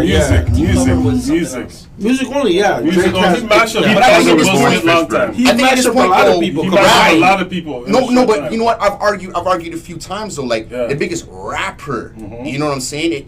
There's a difference between a rapper and an MC. You're looking at rapper just in terms rapper, of the whole if you look at Ice Cube, if you look at LL Cool J, look at Queen Latifah, what they did for rap, you know what I mean? Yeah. They made this shit bigger because they were actors and they were able to bring a worldwide attention. But I don't think a lot of people gravitated to rap because they became actors. Like they were more known to a general public for being actors than being rappers. Yeah, you ask the general public. public. The biggest rapper of all time at this time. The general public now doesn't even know that Will Smith's a rapper. They just think he's an actor. Or Latifah's a rapper. Right. Or Cube is a rapper. Was a rapper. Ice-T. Ice Cube. Yeah, all these people. should know. Parents don't understand that. And what's the next one? Even if that, just the theme song. No, if you know anything, you should know Getting Jiggy I'm with sure it. Will Smith is probably getting bigger publishing checks just for the theme song of the probably is, alone. For sure. Here's a question. That's TV. Depends if he had his business right back then. Here's a question for you guys, or is an opinion. I think Jaden Smith would wash his dad. Of course. Woo! He's got some bars, but I think Jaden would wash Will. Then Will. I think he also at making a song that's dope with swag. But I think if we're talking actual bars and lyrics, like actual lyrics and cohesiveness, and You know, like I think in a diss battle. You're right. Jaden got him, son. If Will was willing to get edgy, no pun Will's too old school. Will's too old school. No, man. I'm not even talking about Will now. I'm talking about Will can rap though. Back then. Yeah, he can rap. Just because Jaden's a little bit more updated. Jaden, I like if Jaden you're taking in his albums. if you're taking in his albums, yeah, what he said is nice. He's actually talented. He's nice. He's actually talented. I never, Up you know what I'm saying? Like, I feel weird saying it, but you're kind of right, man. No, he's up up there. I'm just saying, he's like, pretty dangerous. and you want to know the thing that's dangerous about him? He's super creative. Like, I'm talking about just like he is super creative. Super creative with just like the way he'll use his voice or just like he's just very free. Yes. Exactly. Yeah. Well, I mean, that's just to show the evolution of hip hop, of where it's come from his father's generation to where we are now. It's changed so much with the advent of auto-tune, with using these weird voices a la Eminem or Migos, these stutter flows, all these different things. He's just incorporating that into his tool set, where his father doesn't have that tool set. His father's got the tool set of a lot of those tool sets. Old school. But the thing is, a lot of those tool sets existed back then too. You act like this is all new. None of this is new. Not to this extent. It's just not as common. Does anyone else want to crack a 40 and throw a burger on the fucking barbecue right now and just blast Summertime? Hell yeah. Summertime. The difference now is everything is more common. Yeah. But all of it existed before. If you even listen to early 80s rap, it was all in there. Absolutely. It was all in the 808s. Absolutely. There was the hi-hat, there was the harmonizing. All of that. Hip-hop was born on the 808. Yeah. That's why I said really? yin and yang, man. There's the melody vinyl, and there's the lyrics. You know what I'm saying? And they go together like this, 50-50. Yeah. You either going to want to party or you're going to want to protest. Sometimes you can do both at the same time. Shout out to Dead Prez. Sometimes you can't. Sometimes you got to sit there and smoke a blunt to your protest music and go to club to your party music. Sometimes you got to get angry and go fight somebody in a fight club. Yeah, this was 2 You know what I'm times saying? like, but that's the beauty of hip hop. It could be all these things, and that's what I'm saying. You got to know the difference between a rap fan and a hip hop fan, because a fucking rap fan will sit there and say, "Oh, everything that's out today sucks," and the hip hop fan will be like, "Yeah, you know what? There's some dope shit, and there's some dope shit over here. See, I might not like this, funny? but there's still." I would almost switch the terminology. I would say a rap fan is the casual rap fan nowadays. They think whatever's sick. They don't really have a standard. Not necessarily. Exactly. I think the hip hop fan, they're the one who's like, there's, you know, man, there's certain shit sucks, but this is cool. This is now, cool. let me put They're the ones who are more selective. There's hip hop music that exists that doesn't have any rap in it. Yeah. You know what I'm saying? And a lot of people are afraid to even, they wouldn't even know that shit exists because they're just rap fans. Yeah. As opposed to like, yo, let me just go listen to these breakbeats. Let me go listen to this instrumental. I love that shit. An easier distinction would be commercial listeners versus core listeners. Yes, rappers, MCs, you know what I'm saying, all day. That's the difference of rap and hip hop. Hip hop is not based on rap music. If you don't understand hip hop culture to any degree, really, the graffiti then in the you're a rap alleyway fan. as you're walking down. You can sit there like I DJ the beatbox championships every year. Shout out to you know what I'm saying, Scotty D. Shout out to those dudes. You know what I'm saying? Yeah. But I get to do that every year, Philly D. And I get to do that every year, Scott Jackson. And it's dope because that's a whole other aspect of hip hop. You know what I mean? You're seeing the breakers, you're seeing the b-boys, you're seeing the beatboxers, which is the forgotten element of this shit. You know what I mean? Again, casual rap fan doesn't even know these elements. They'll look at the graffiti on the wall and be like, "Oh, that's horrible. Paint that off, or whatever." As opposed to be like, "Yo, that's one thing that's I love the founding about element before breakdancing, Fest. before, you know, whatever." T-Dot Fest in its earlier stages. That's one thing I loved about it. Like before I even lived in Toronto, when I used to come up just for T-Dot Fest for the day and shit. That's one thing I loved. You had all elements. You had breakdancers there. You had people with massive canvases doing graffiti and shit. You had the rap. You know, like you had everything. You had all the elements there. It was hip hop in the square for a day. You know what I mean? I got a question for you guys. Just because, so do you feel like because somebody doesn't know their history or isn't up on like, you know, the breakdancing or the core, the elements and all that stuff, does that make them not hip hop? It doesn't. Nah. It makes them, if you're a fan of rap music or you just like rap or whatever, and you don't care for the other elements or you don't want to care, you're not really hip hop. And there's nothing wrong with that. Question for you. It's like KRS said. You're Hip hop's a lifestyle. You Rap. gotta do every element. And don't shame. And my thing is, don't shame other yeah. people who are, you know what I'm saying, don't sit there and be like, "Oh, you're not hip hop, you're not this," when you yourself are not a fan. Just say, "Yo, I'm a casual fan." Ain't nothing wrong keep with it that. moving. Exactly. Nothing wrong with that. But if you're an absolute purist, then you're not necessarily going to shame people who you're gonna understand me like, "Oh, they're not pure, so what the fuck am I shaming for anyways?" You know what I'm saying? So that's what's happening. Find the purist, big time. ain't gonna That's sit around complaining. That's the problem. You have a lot of people nowadays Yeah. that think they're purists because they like studied fucking Eminem and Yellow Wolf, and they didn't go any past. Like, sure, Eminem's wearing fucking Dana Dane shirts and shit, but you didn't care to think who Dana Dane was. Like you studied a certain element of rap that was technical, and now you think you're a hip hop fucking professor. understanding that. And now you're shaming anyone who doesn't fall in your lane. Do you know? Yeah. And no disrespect, but a actually lot of writing an essay Mercury's about fans this. are like that Yeah. too, man. They don't understand how much influence Eminem got from so many different Exactly. sources. Absolutely. I remember watching an interview and he spoke about Tretch. Yeah. How Oh, many people Yoke the mention Joker. Tretch? Yoke specifically. Yoke Eminem called Master That's Ace one of his crazy. biggest influences. Right. And it's like, Shout out to Craig Master G. Ace, friend of the show. Craig G was on the set of 8 Mile for the But you gotta battle. understand, Yeah. the same people that you respect, they respect people that came before them. Yeah, Right. yeah. And I'm not saying you gotta study them, but The same way the Rolling Stones fucking. You gotta appreciate the culture, you know. because if you don't appreciate the culture, this is where we get to the point where it's like, okay, that dude's 50 years old, fuck him. Yeah. You know what I mean? Like, we don't even Should. care about him. Curtis Should. Blow just went into surgery. Yeah, But why that's would? crazy. But why would we Yo. say that? No, Unless- because you don't know. But And it's not your fault. It's either it But gets let's taught to you. we gotta send some or you prayers come for across Curtis it. Blow and Bush. Yeah. Yeah, so Yeah. Send some Yeah. prayers it's not for a both of them. negative. Yeah, It's just I don't want knowing people what the saying these are problem the is breaks and if he finding- passes away. Oh, You know what I'm man. saying? I I want him find to that- get the fuck out. Shit. I find like didn't it's know that. only. I find like it. People they look at it like, oh, he's 50, fuck him, because they're so. It's a younger crowd saying that because Yeah. the older crowd is always telling them, oh, you don't know what you're talking about. Fuck you. Yeah, I but think a it's big- that. But the thing is, right? I'll put it like this. Let's use Nas for example, right? Good one. He respects everything that came before him, Yes. which he was exposed Always puts to. it out there. And the thing is about exposure.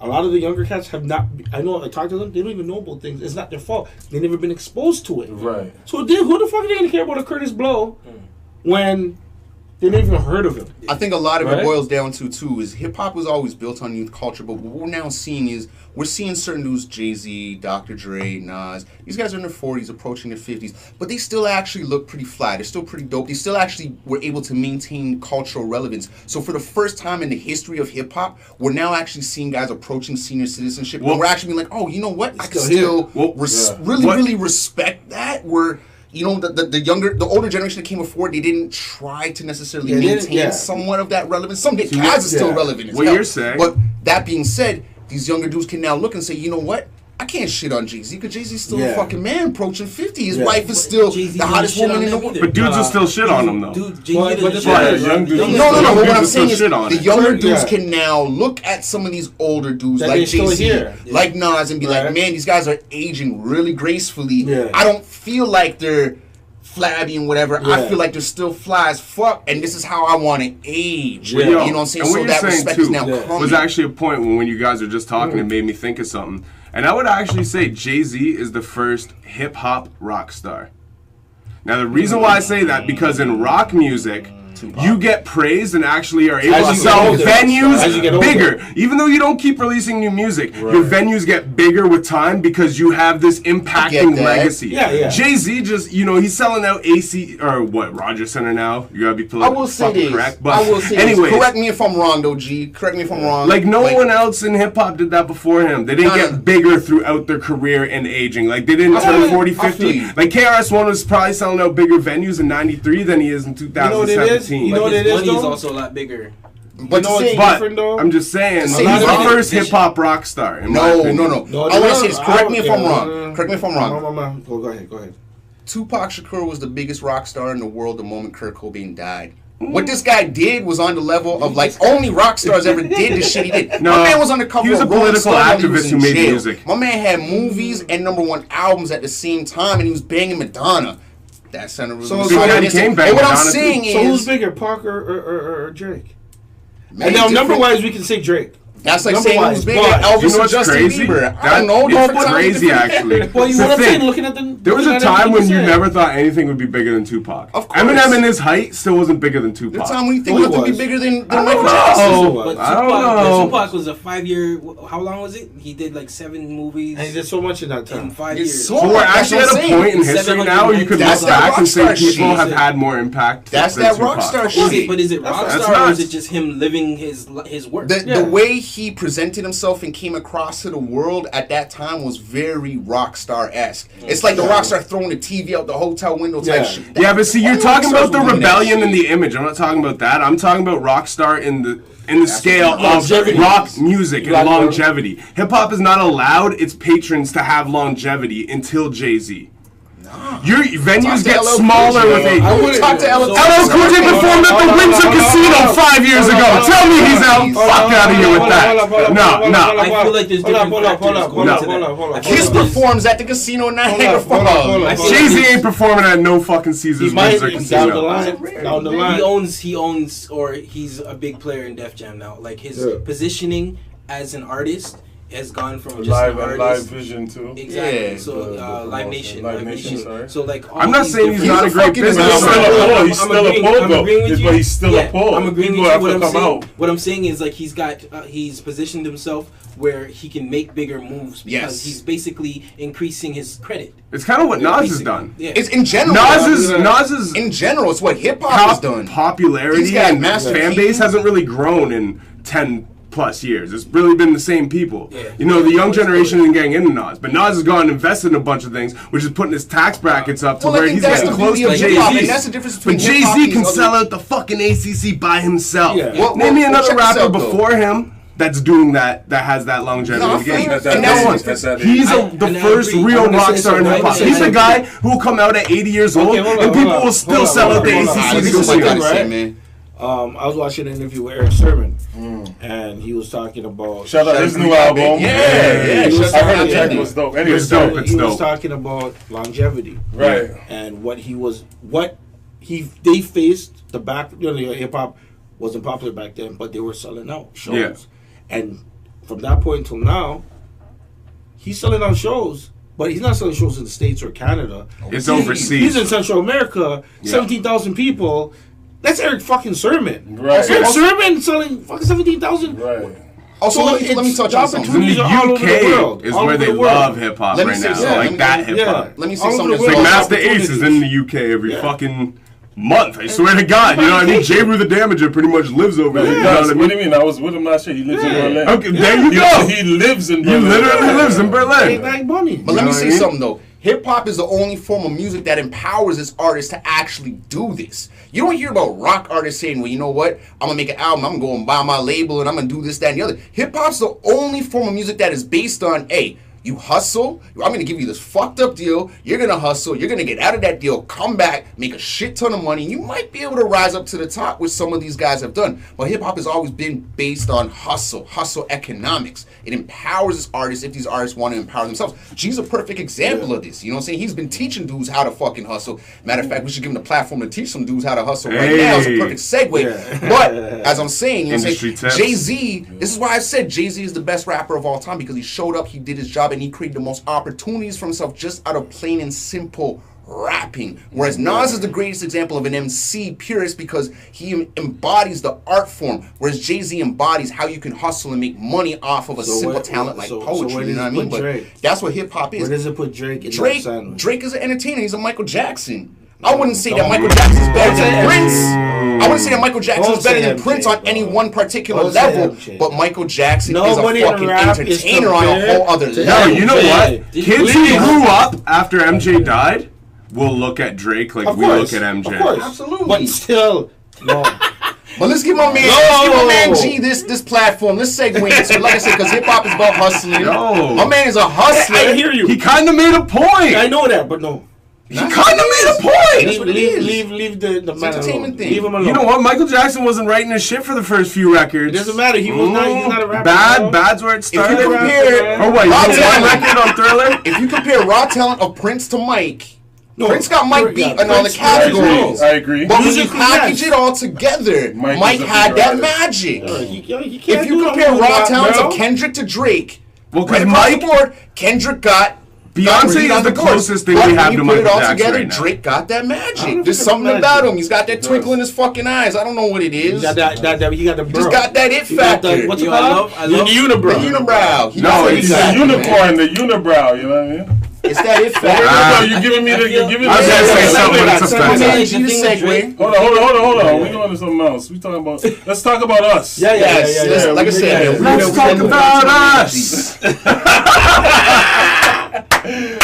Let's You know what I'm get it. saying? What do you want me to say to the kids? No, I'm saying this What's up? is the perfect Hustling segment, man. numbers. You've been hustling. You've been showing how to, like you said, in this whole album, you've been pushing V's on this album. Actually, hold on. What I do want to say is, you guys said a couple times on this album, Motive music is the Army, better yet the Navy. I heard that at least 3 times on right. that motherfucking album. That shows you that I paid attention to the album. Right. But you also talk No about Limit hustling Soldiers, and how dog. you're pushing it. You know what I'm saying? You're pushing your V. So tell these dudes how you know what I'm saying, like how you got to where you got and how you were able to hustle and do what it is in this game, bro. I mean, well, yo, dudes just gotta, first thing is put out music. Like, you gotta put out music and find ways to monetize it. You know what I mean? Like, I don't like to see this stuff on Facebook where dudes are just having fun or, like, you know what I mean? Like, we're in 2019. Let's put the music out and figure out a plan to get some money back from it. You might not get rich, like you're saying, off just the music. Yeah. Like you're saying as a rapper, sometimes, even I feel like that, you know what I mean? But you have to build things around the music that create income.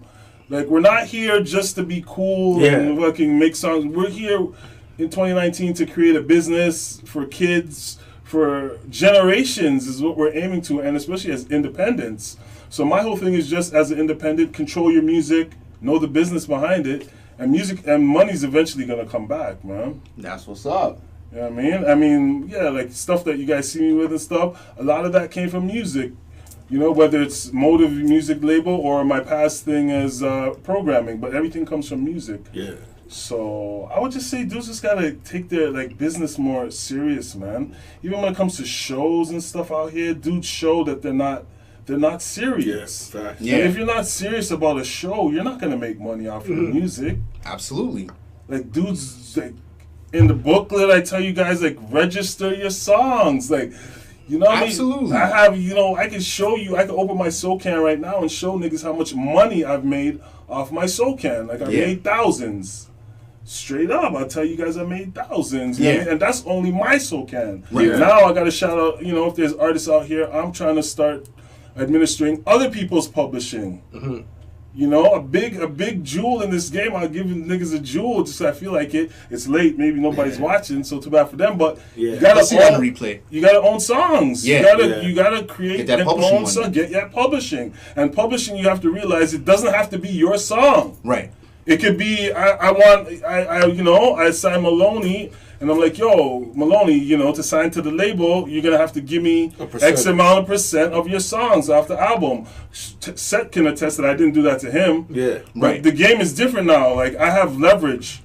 So because the thing is, if you're going to put your resources out there, it's Exactly. going to bring more attention to it's the gonna music. It's gonna so make it has your to make song sense for spit both more. of you. Yeah. Yeah. If without me, you're not gonna create any income off your music anyway. Yeah, you're taking it serious because I'm putting you in these avenues, so we're asking for some of the kickback. Exactly. Yeah. So I mean, enough. I'm That's just showing you business. different things of the business. There's lots of things to be done with the business. Dudes are making songs, but I just find that it's only making the song or making the video, and then it's out, and there's nothing to support. Yeah, there's nothing to waiting support. for the views. Well, I mean, it's cool to get views now because YouTube, if you're getting 300,000 views, you're going to get a check. You're going to get a check. Yeah, so that's cool. But if that's your angle, But what then about the publishing, though? what about the publishing? Publishing. What about the publishing? Like, how many dudes got 1 million views that don't even have an actually legally published record? Yeah. Bro, I bet, That's I crazy. bet you a lot of dudes have Dudes are selling them out clubs and getting paid thousands to do these club, one song things, and their record ain't even published. Well, they stole the beat they from got 1 million YouTube. views, Like, but it might that's not even nuts. be on their channel. Yeah. So who's getting the money? Yeah. Right. Absolutely.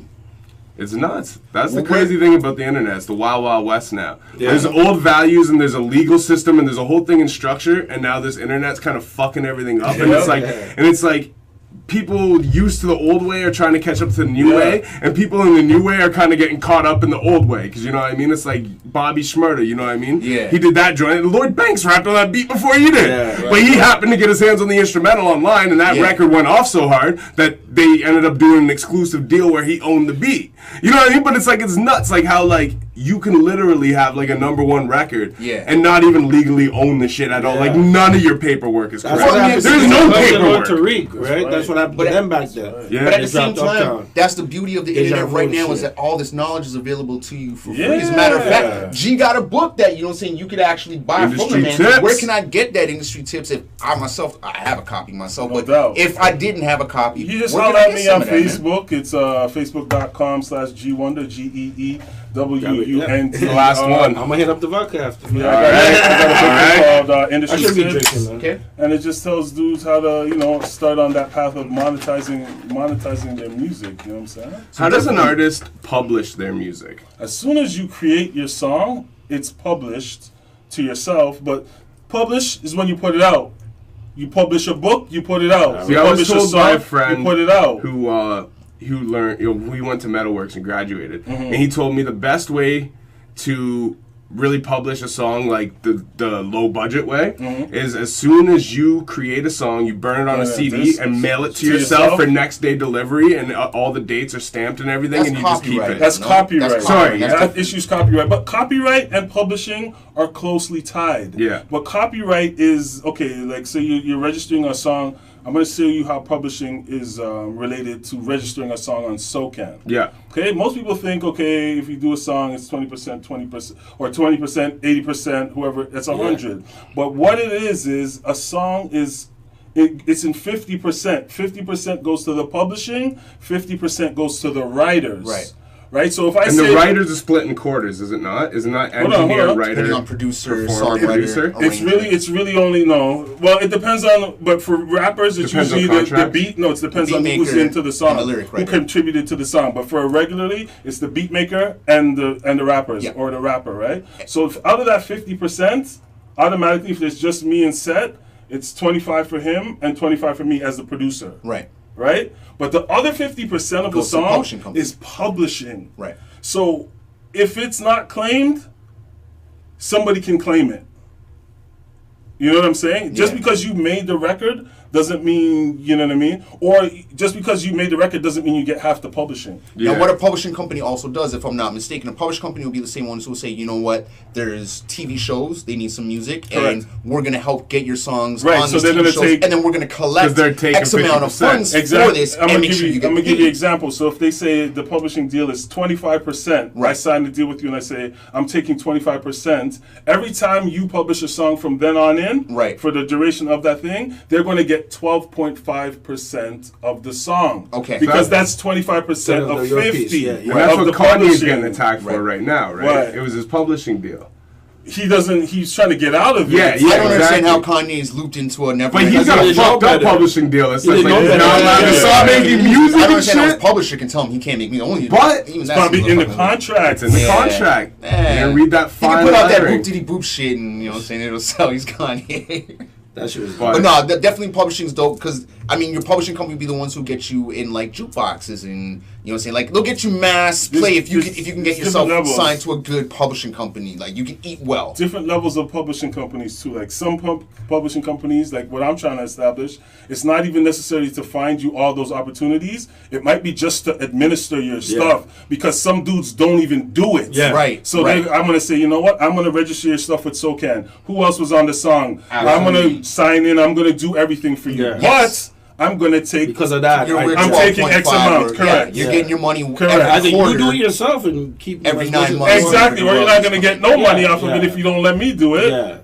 And typically to see a publishing check, it takes, I mean, you put out a song, it takes usually, what, 9 to 18 months before you even see that first publishing check. Am I correct? It could be never, it could be earlier. It depends on what's being published. Like, you know what I mean? Like, if you're getting a song and you put it out and it plays on radio and it's detected, within 4 months you'll get it on your SOCAN. That's your publishing. You know what I mean? And the point is to get it as much places as possible. Exactly. And to have as many records as possible if you don't have a hit. See, I think the biggest thing for artists, though, is they're confused as to how to actually publish their record. So how would you tell them to publish it? Because I know a lot of underground cats, and correct me if I'm wrong, but they believe that doing CD Baby and DistroKid is publishing. But to me, I don't really see that as actually officially publishing. They have publishing. It's like online publishing. They have publishing services. So they'll do it for you. But you got to figure out what they offer as a publisher. And how much you're going to take. And how much they're going to take. People are eating off of DistroKid. Like, I've seen some people get like $1,000 checks off DistroKid. DistroKid? What they've done, like, because I've done it. But that's not publishing. No, but DistroKid is sales. That's where CD Baby fucked me up is I tried to I did something with like one of my own videos, like I shared online, and they hit me on on YouTube saying, you know, you're getting flagged for playing this published but video. It was your own. It was my own thing, and it was like, how am I happens. supposed to prove that this is my own track? But I didn't realize I signed to give them a little bit of the publishing based off that me releasing that album for all the streaming services, right? But there should be paperwork that proves that you. Well, there's paperwork, but you got to understand, because if you agree to allow them to collect the rights for you, if, for example, your song's going to get played, you know, out in these other countries via YouTube and whatnot, and you don't know, they're actually collecting the rights for you to pay back, right? So that's if you give them the publishing rights. Right. That's if you give them your publishing rights. Those kind of services to me is just for sales. Okay. Sales and you want to stay away from them if it comes to the publishing. I don't know why I would sign with them. They would have to tell me why. Mm-hmm. But do you know how much they took from you for your writing? 25%. It was about that. You know what I mean? Because if you have the paperwork, you can easily prove that. Prove that it was my own track. And that's the thing. When that shit happens, you're supposed to just go. You're supposed to go through that little process. Yeah. And then eventually they'll just come back. No. Like when you push something up, like for Instagram, and then they say it's flagged. They say, do you want to? Do you own the content? Dispute it. And once you dispute it pops right back up. Yeah. So it might be something like that where it'll still. Well, I keep getting flagged by Universal right now because I've been trying to do those video shows. I've been trying to do the Turono Talks video shows where I'll play 5 videos, be like four new videos and then 1 classic. Universal keeps flagging my shit and me my videos on YouTube and Facebook. Local? So that's why I haven't been doing the Turono Talks videos. Like I was going hard for that 1 week, but I kind of stopped because Universal.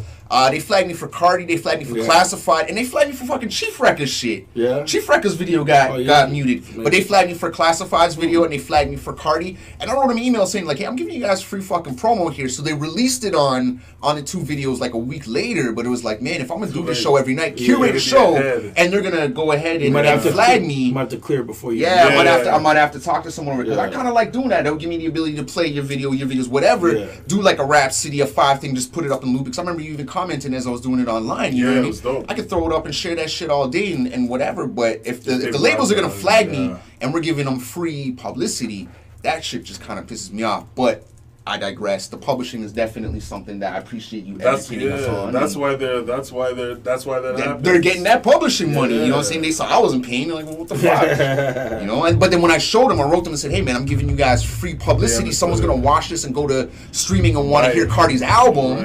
They kind of released the reins on it. You know what I mean? So it's a little. That's more to what he said is like, you know, the old versus the new, and the new trying to catch up with the old. Right, and some people trying to innovate and try to figure out some new things, and you know, that's just kind of that era we're in. Yeah. You know what I mean? We're just in that era right now trying to catch up and whatnot. Exactly. Man. All right, man. Well, we got like 4 or 5 minutes left to go here, so. All right, so what is the most you've ever done for pussy? I'm sorry, what? What's the least you done for pussy? Woo, that's a better question! You say like how far? Shut up! Yeah. Damn, what's the most you did for pussy? I mean, I was gonna say like, where can we get these guys? You know, I read it like there, social medias and stuff. You went total left field with that. Yeah. That's what happens on Toronto Talks. What's the most? The most you've ever done for pussy. The most I've ever done. I think I think what you're saying, Dustin, it's a travel. It's a length. Yeah. It's the length. I have traveled for pussy. Yeah. And not got the pussy. Yeah, that's right. That's hella upsetting. That's too much. But when you show up and she's a fucking meth addict, you're like, all right, I'm off this. Okay. You didn't look like that in your picture. You got catfish. Oops. Yeah, you like that record? You like that record? I like that segment right there. Big tune. Catfish is a big tune. Make sure you check that out on the Livication album. Catfish. Because you might get set up. Plug them the album. Let them know how they can get it. That was a big tune, man. Livication. Every single streaming platform. Sorry, the 2 shots shot me. Hey. Every single streaming platform. Livication 2, Motive Music. Set2, G Wunder, Livication 2. This is their 2nd installment. Man, it's always a dope time when we make it. So all you're gonna hear is a whole bunch of dope feeling records from the both of us. Album. You know what I mean? Like, yeah, everything he played me sounded dope. Like, I appreciate that. May and also I want to plug May 11th. I got DJ R Double coming in from Saskatchewan. He's a new signed artist to Motive. So you guys get at him with your music and stuff. And he's got his debut album coming out on Motive called Tambamacon. And the same day we're releasing our 2nd installment in the Ultimate G. So Ultimate G Volume 2 which is like a best of. So that'll be my second album for the year. That's what's up. And it's at the Black Swan Tavern, so come through. Danforth, 154 Danforth. That's my part of the city. You know what I'm saying? So if you're in the Danforth, say what's up. Where? Danforth. I live in Dawson, Danforth, but you guys do it at the Black Swan Tavern, right? Bro, I'm regular over there. I'll talk to you afterwards. You got Dawson Danforth near the Home Hardware. Yeah, the next street over by the Pizza Nova. That's me, man. That's my little street. And now I know where you live. You always just say the East End. Now I know where you live. All right. Yeah, I live pretty close to you. Yeah, because I used to work for the guy who owned that Home Hardware. So no, I live at Dawson Danforth. Oh, them ways. There's another ways that I frequent regular. Yeah, but all types of. I see Ruby Red will just pop up on my block. All types of dudes. What's his name's over there? What's his name's over there? Six is in them ways. Yeah, I seen him once or twice in the subway station. Main. Anti-Frantics over there. Josh Skevius. I think Notion's in my area now. We are getting very close to I can see where this conversation going. The ending of the show. Yeah. So 3 of you still have to answer the question. Right. What is the most you've ever done for pussy? Further. I gotta think about that. If Uncle G gonna answer, y'all gotta answer. No, what do you mean? That's why I asked the least. I'm the Gallus around here. Like after this rap shit, like one of the perks. Listen, I refuse to answer this question, bro. Is the gal them? I gotta think about that one. I'm gonna put it like this: I don't answer them questions. I just live my life and let people. Oh, so you've done some crazy shit for pussy. I'm a fucking Scorpio. You probably got like your name, like I love you on a blimp or something. Like you done some nut shit to not answer that. I'm a Scorpio. That's all that needs to be said. We got the blimp boys. We got the blimp boys in the building. I'm not about the most. I'm about the least. The least? Yeah, we seen the least you could do is show up, and I think all of us have accomplished that at least once. Not do shit. Fuck, you gotta get it. I think that's like a given. The most of it. So I want to shout out. I do have these shirts still. The fuck for it fuck for it Necessary. So I got a bunch of them. Shout out to Cheza for hooking me up. You with did go through them. I went there. Cheza, You go. Shout out to homeboy. Saved yourself a lot of money. I'm gonna sell them for $35 a pop. Hit me up online. We do have some censored one as well. And what I'm gonna do, I'm gonna sell them for $35 because I'm gonna take $5 from each sale and I'm gonna put it towards a breakfast club somewhere in my area. Because this dude's trying to defund breakfast clubs, and you know what I'm saying, myself, a lot of people that came up in a lot of areas, use breakfast clubs. I didn't have to use breakfast clubs very often, but you know what I'm saying, I went once or twice. But nonetheless, I do want to support breakfast clubs because, children having proper breakfast before they go to school is important. And once again, hashtag fuck for it, because that's just where we're at. So I got if anyone, what camera can I look into? Where am I? We're into a rough what camera am I looking into? You're in this camera right here.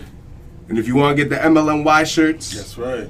You know what? We got the blue and orange and the black and yellow. $25 to $10 cheaper than Dustin's. But I'm not supporting good cause. That all goes in my greedy ass pocket, motherfucker. But if you want the MLNY shirts, holla at me. You know what it is. New single, No Tolerance, out now. We should have played at the beginning of the show. I'm horrible for shameless promotion. Don't worry, we got it in the motherfucker. We'll put it in. Don't forget, we got the show. The show been moved from Bossa Lounge this Saturday to Club 120. I can't believe we got through this whole show without talking about New York.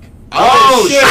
Talk about New York next week. We're holding it for next week. No, y'all gotta wait next week to hear the Aguilar stories. But we will be, as a trio, Turono Talks will be live. Shout out to Chris Thomas, the Nada show. The whole team in the building. Whole team will be in the building this Saturday night, Club 120 Church. The whole team in the building! Bossa Lounge, but now it's 120 Church. That's a drop for the show. Shout out my man G. I cut Shout out that my man Wreckords Set2 for coming through, killing it. Yo, stop cutting us off. Let us talk. Yo, Mike, what's up? Alright, now we gotta finish this out. Let's finish it off strong, man. Yeah, we finish it off strong. Yo, shout out to Uncle G Wonder. Yo, give them your social medias though before we roll out. Let's be professional. 5ET2 on Instagram. At Motive Music Promo. At Motive Music Canada. At Motive Music Canada. And it's the Instagram. We're on Facebook as well. Facebook is just Set2, SET2. Motive Music all across the board on Facebook as well. And out there. Yo, you said yayo. Yeah, kind of. I know. Yeah, make some noise for yayo. Right, it's just time for us to sign off because put some shots in your crotch. Shout out to you. Like I said, man, go and bump that album. Go and bump every album that he has. Oh, man. The track that came up after Litigation was a track that you got with Stitch, and I was like, God damn, I'm gonna listen to you one. You got to join with Stitch too? I got a joint with Stitch. I got a joint with Mad Child. I got a joint with Harvey Stripes. I got Wunder Set2. I don't know anyone who's worked with more artists than G Wunder. That's for real. That I'll take. I got that over Mocha for sure. Like Canadian 100%. You got that. You and Mocha should do an album battle. Like, see who can put out the most albums in 1 year.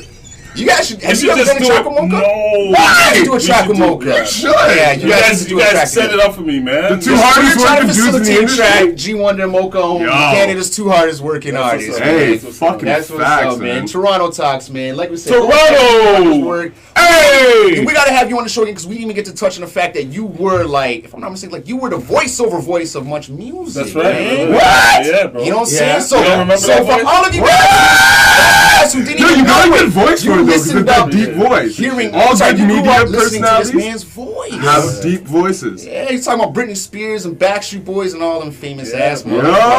So we're gonna have you back through, man. We're gonna do a my childhood is sitting beside me. Hey! I can't wait to clip this one. Louis mine. That was the moment. She won. Set. It was a